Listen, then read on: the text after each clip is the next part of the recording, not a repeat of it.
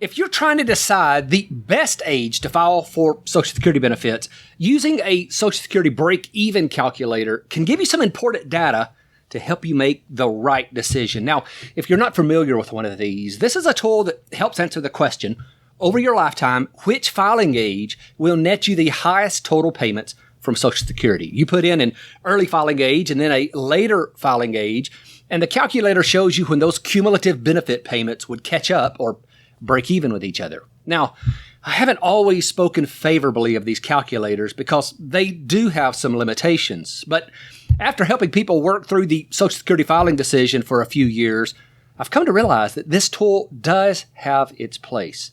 Just know that my intent in encouraging you to use this calculator is not to suggest that this tool should be the deciding factor in your filing timeline. It shouldn't. Instead, I want to offer you a tool to provide another data point to help you make a great decision. So today, I want to show you the best break-even calculator that's available, and the best part is, it's completely free. Now, I'll go ahead and tell you, this is the calculator that I've had developed for my audience. After looking at all the options out there, there wasn't an easy-to-use calculator that would show these crystal clear results the way they need to be. So I hired a developer, and after a few weeks of work, we have this ready for your use. And in just a few minutes, I'm going to tell you exactly where you can find this calculator and use it for free. But first, let's lay some groundwork because I want to be very clear about the results of this calculation being just one step in the process of deciding how and when to file for benefits. Break-even age is an important consideration, but that information alone cannot be the sole deciding factor when choosing the best age. It is a great starting point. So in this video, I want to make sure you have an understanding of the following. First, who should use a break-even calculator? Second, the problem with the calculators available today. And the third thing is how to access our one-of-a-kind Social Security break-even calculator for free. So let's get started by answering the most basic question of how does a Social Security break-even calculator even work? Well, the basic premise of a break-even calculator is based on the way Social Security benefits are calculated, where the earlier you file, the lower your benefit will be. Waiting longer will get you a higher benefit amount, but by filing at a younger age, you'll receive more benefit checks in total. This is why you need to understand the break-even point. If you file later, your benefit will be higher. When compared to the same life expectancy as filing earlier, you'll receive larger checks, but for fewer months. The age at which filing early versus filing later results in the same amount of cumulative payments is your break-even age. For example, let's use a very basic benefit amount that doesn't include any cost of living adjustments, and we're going to circle back to that mistake later. Let's assume that your full retirement age benefit at 67 is $2,000. If you file at 62, you would receive $1,400. If you wait until age 70, you would receive $2,480 per month. Now, using simple math, you can see that the total benefits you would receive in each scenario would be equal or break even at 80 years and 4 months. And for every month you live beyond this age, the choice to file later is the clear winner, as you'd have more money in cumulative payments by waiting to claim benefits later than if you would have filed early. But what if you don't expect to live until 80 years and 4 months? Well, you'd actually be better off filing for benefits sooner.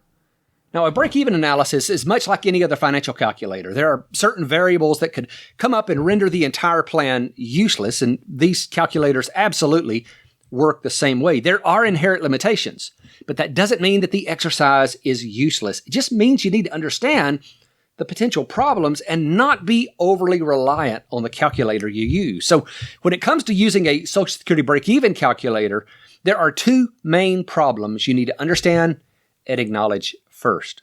The first big problem with using the break-even method in deciding when to file is that you have to answer an impossible question.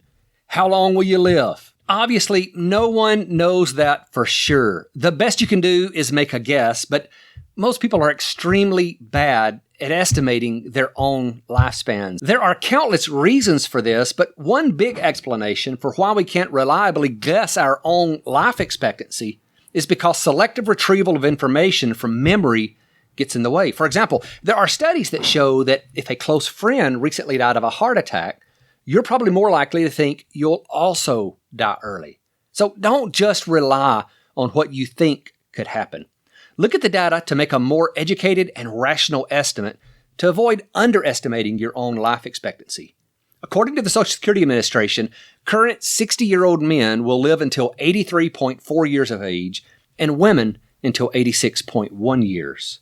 Now, obviously, individual factors specific to each of us can lengthen or shorten those averages, such as current health, lifestyle, family history. But keep in mind that the numbers from the Social Security Administration's life expectancy calculator are the average age of death for a 60-year-old. This means that half of males will die before 83.4 years, but 50% will die after that age. Ultimately, you should be aware of your own instinctive tendency towards pessimism on projecting your own life expectancy so that you don't assume your own premature demise, and perhaps consider adopting a more positive mindset. Seriously, there's good reason for making the assumption that you will live longer than the average. Individuals who are optimistic about their life expectancy have a 50 to 70% better chance of reaching 85 years of age compared to the individuals who are not as optimistic. Now, the second big problem with using a break-even calculator is that most only consider your life expectancy, and they don't look at spousal, survivor, or children's benefits. And this is where the break-even analysis as the sole method of determining your filing strategy goes horribly off course. For example, if you're the higher earning spouse and file for benefits early, you are forever limiting the amount of survivor benefits your spouse will receive. Now, the ironic part of this is that I often hear the higher earning spouse saying that they're going to file early because they don't think they'll live long. But if they stopped and planned this out, they'd realize that an early death may decrease the amount of income to their surviving spouse, and thus may be even more of a reason to delay filing for benefits. But again, most of the break-even calculators don't account for that. So if you do one of these on your own, make sure you consider this factor. So today, there are a few break-even calculators available to use. If you just Google the term, you'll find several options and instructions for how to build your own using a program like Excel. Now, for many years, the Social Security Administration had a break-even calculator on their website for consumer use. They ultimately removed it over concerns that it was being used to make poor filing decisions for many of the reasons that we just discussed. And then, following the lead of the administration, many other financial software companies also took down or stopped updating their Social Security break-even calculators. So today, it's difficult to find a free calculator that's useful and easy to understand. There are still a few that's available, but when I've tested them, I found that they have inadequacies that make them ineffective. The two main issues with these calculators is that they don't offer you the ability to choose specific filing ages for comparison, and they fail to account for inflation. I want to look at these separately so you'll understand why that's problematic and how to correct it if you run your own break-even analysis.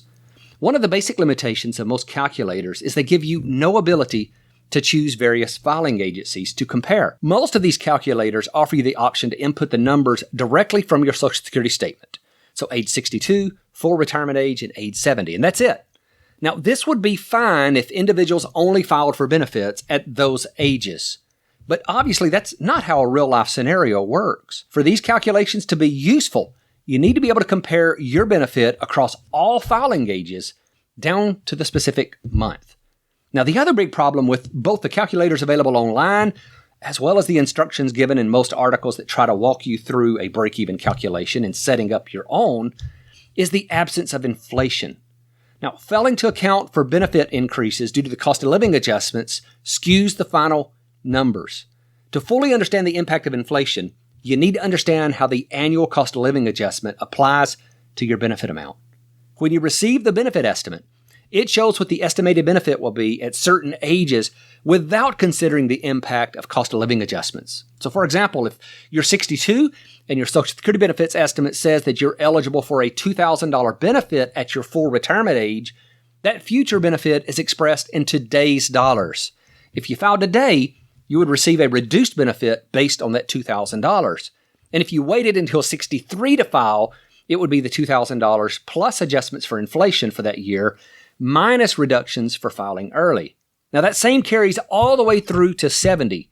So if you want to do this calculation on your own, be sure to inflate the full retirement age benefit for every year after 62 and then reduce or increase based on filing age. Now, I've seen some publications with experts recommending not to use inflation when performing this calculation. I can't figure that out because cost of living increases will happen, maybe not every year, but over the last 45 years, there have only been about 3 years without a cost of living adjustment. As an example of the impact of the cost of living adjustment, consider an individual's $2,000 benefit at full retirement age of 67. When comparing the break-even age of 62 versus 70, a 2% cost of living adjustment decreases the break-even point by 19 months. So does it change the result by a large number? No. But is it correct without inflation? Not at all. In fact, the result of not using inflation could be the tipping point into a bad decision. So now let me tell you where to access a free Social Security break-even calculator that solves these problems. After several years of personal disdain for break-even calculators, I've moderated my thoughts. And as long as an individual understands the limitations of a break-even analysis that we've talked about prior to this, I do believe there is a benefit in using one of these calculators as part of your overall decision. Now, for that reason, we've had a one-of-a-kind Social Security break-even calculator built just for my audience. There's no charge for you to use this calculator. You don't have to give me your email address, set up an account, or any of that. You just go to the page and use it to your heart's content. With our free tool, you can compare various filing ages down to the month, and we've also built in COLA adjustments to make sure this calculator is as close to real life as possible. Now, if you want to access this, I've put a link down below, and I'll also put it in the first comment to make it easy to find. So let me give you a quick tour so you can see this for yourself. So when you come to the page of my website that has this calculator on it, and here's the URL right up here at the top. But in this video, it's also going to be linked up in the first comment and in the description, so shouldn't be too hard to find. You'll come straight to this page, and the first thing you're going to want to do is put in your date of birth.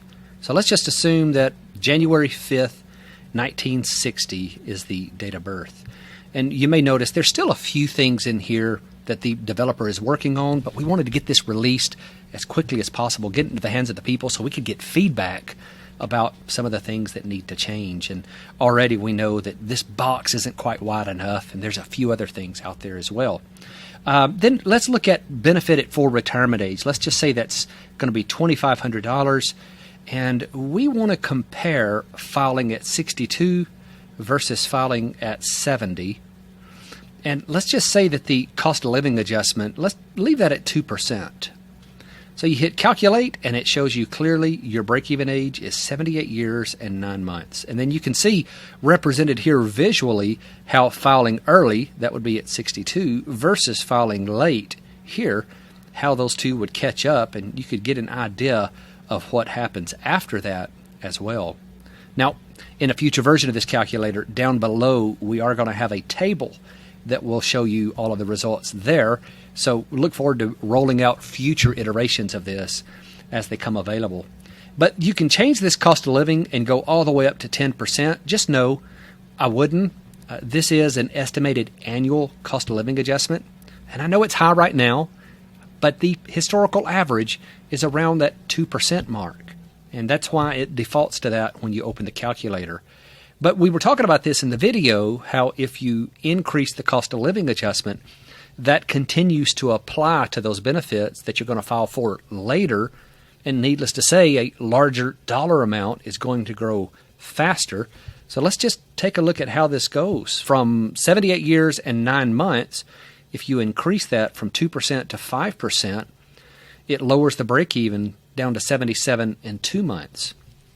So again, not including cost of living, I think, is an oversight by the people who create these calculators, and we need to make sure that we include inflation factors in there. Once you've finished using that, be sure to go down here in the comment section and leave me a comment to this.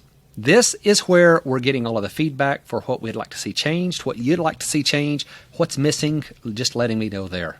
So once you've used this calculator, I'd love to hear your feedback. Tell me what could be better. Tell me what would make this more useful. What's missing? It's your feedback that drives nearly every piece of content and the tools we put out. So I need to hear from you. Hope you enjoy it. Thanks so much for watching.